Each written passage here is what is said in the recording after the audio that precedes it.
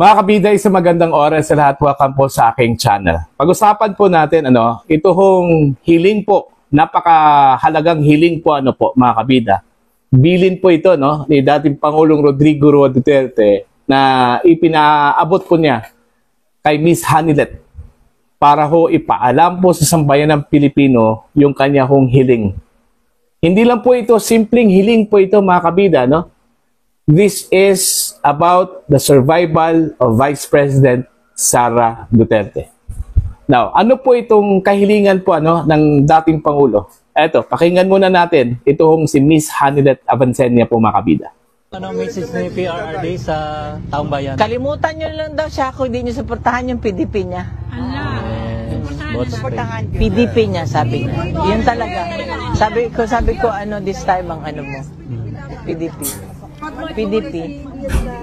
Ma'am, kumusta ka? Murag malipay lagi ka karon. Malipay ako. Wala shampoohan tingali. Pero si PRRD, ma'am, kumusta? Okay lang siya. Kaloy sige no. So ayan po. Simpleng kahilingan po. Yung bilin po ng dating Pangulo para ho sa sambayan ng Pilipino, suportahan ito hong kanya hong mga kandidato sa ilalim po ng PDP laban. Ano ang connection dito ho sa survival po, mga kabida, ni Vice President Sara Duterte? Eto, ipapaliwanag ko po sa inyo, ha. Alam naman po natin siguro, na si Vice President Sara Duterte, meron pong kinakaharap po ngayon na impeachment trial. Okay? Diyan po sa Senado. At malamang ito po ay mangyayari po, mga kabida, sa 20th Congress. Okay? Ngayon po, ang ating Kongreso po ay 19th Congress. Ito po ay magtatapos po, mga kabida, ngayong June 30. At by July 1, papasok na po ito hong mga bagong senador. Now, ano po yung significance dito ho sa panalo po, mga kabida, kung sakali hong manalo po itong mga kandidato po ni dating Pangulong Duterte dyan po sa Senado. Ito hong 10 kandidato po niya sa ilalim po ng PDP laban. Ito po. Ang rules po ng impeachment po, mga kabida, is ganito. Kailangan po ng 9 na senador na bumoto po, mga kabida, in favor po kay Vice President Sara Duterte sa kanyang hong acquittal. 9 lang po yung kailangan po, Okay? Samantala, 16 yung kailangang boto o 16 na senador na kailangang bumoto dun po sa conviction. Okay? Now, dito ho sa 10 kandidato ho sa ilalim po ng PDP laban, sapat na po ito, mga kabida, kung sakaling manalo po ito. Sakali hong makapasok po ito sa Senado, okay? Sapat na po ito. Kasi ho, 9 lang po yung kailangan po, mga kabida, na mga senador para ho sa acquittal po ni Vice President Sara Duterte. So yun yung significance doon po sa kahilingan po ni dating Pangulong Duterte. Okay? Hindi lang po simpleng humiling lang po ang dating Pangulo para manalo lang po itong mga kandidato po niya. Hindi lang ganun. Hindi ganun kasimple lang po yun. Okay? Gaya ng sinabi ko, it has something to do with the survival of Vice President Sara Duterte bilang Vice Presidente po ng Pilipinas. Mantakin nyo, mga kabida, kung sakali hong ma-convict po itong si Vice President Sara Duterte, wala na po siyang pag-asang tumakbo bilang Presidente po ng Pilipinas come 2028. Alam naman po natin na ito hong impeachment po ay isa hong political exercise. Hindi ho ito katulad po ng judicial court, na yung kanilang basihan is ebidensya eh.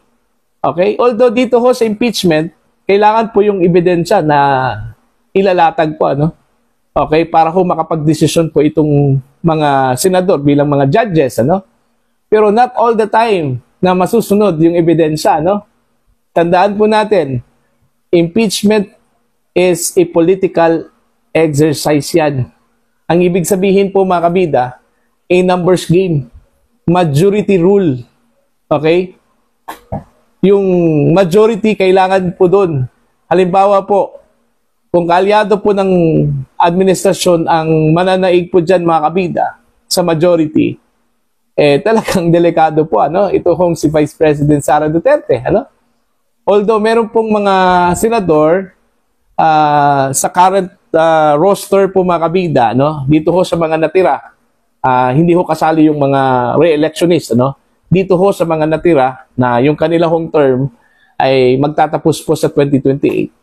Although meron pong mga perceived allies po ang dating Pangulo dyan, with the likes of Senator Zubiri, Joel Villanueva, okay, ito hong si Senador Gatchalian, ano? Yung dalawang Cayetanos, si Alan Peter.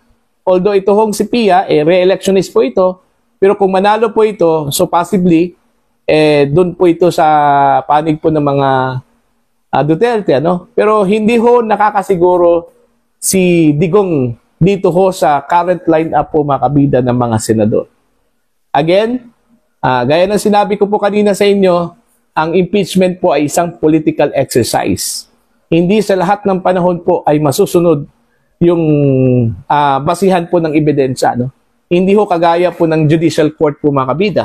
Nang tanging basihan lang po ng huwes yung ebidensyang inilatag po ng prosecution or ng depensa, no? Okay, dito pwede hong maimpluwensyahan po ang ating mga senador, mga kabida. At sino yung pwede hong mag-impluwensya po sa kanila? Of course, sino yung nakaupo ngayon, ano? Okay?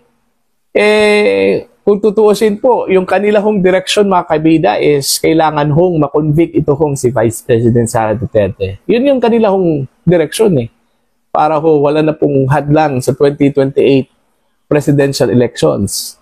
Kasi yung 28 presidential election po mga kabida, yun yung napakalaking hurdle po ng administrasyong ito.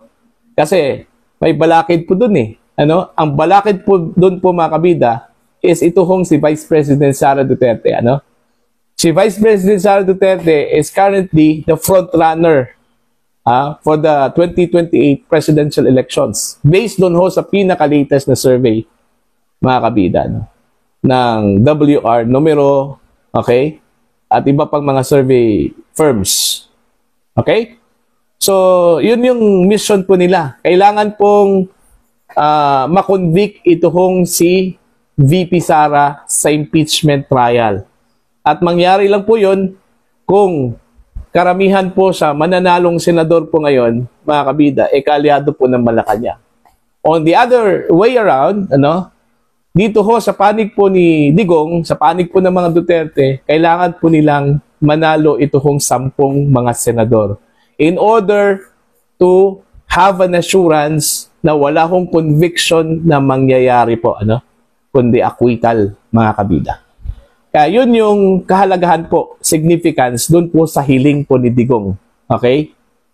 It's about Sara Duterte's survival as Vice President of the Republic of the Philippines. Yun lang po mga kabida. It's very simple.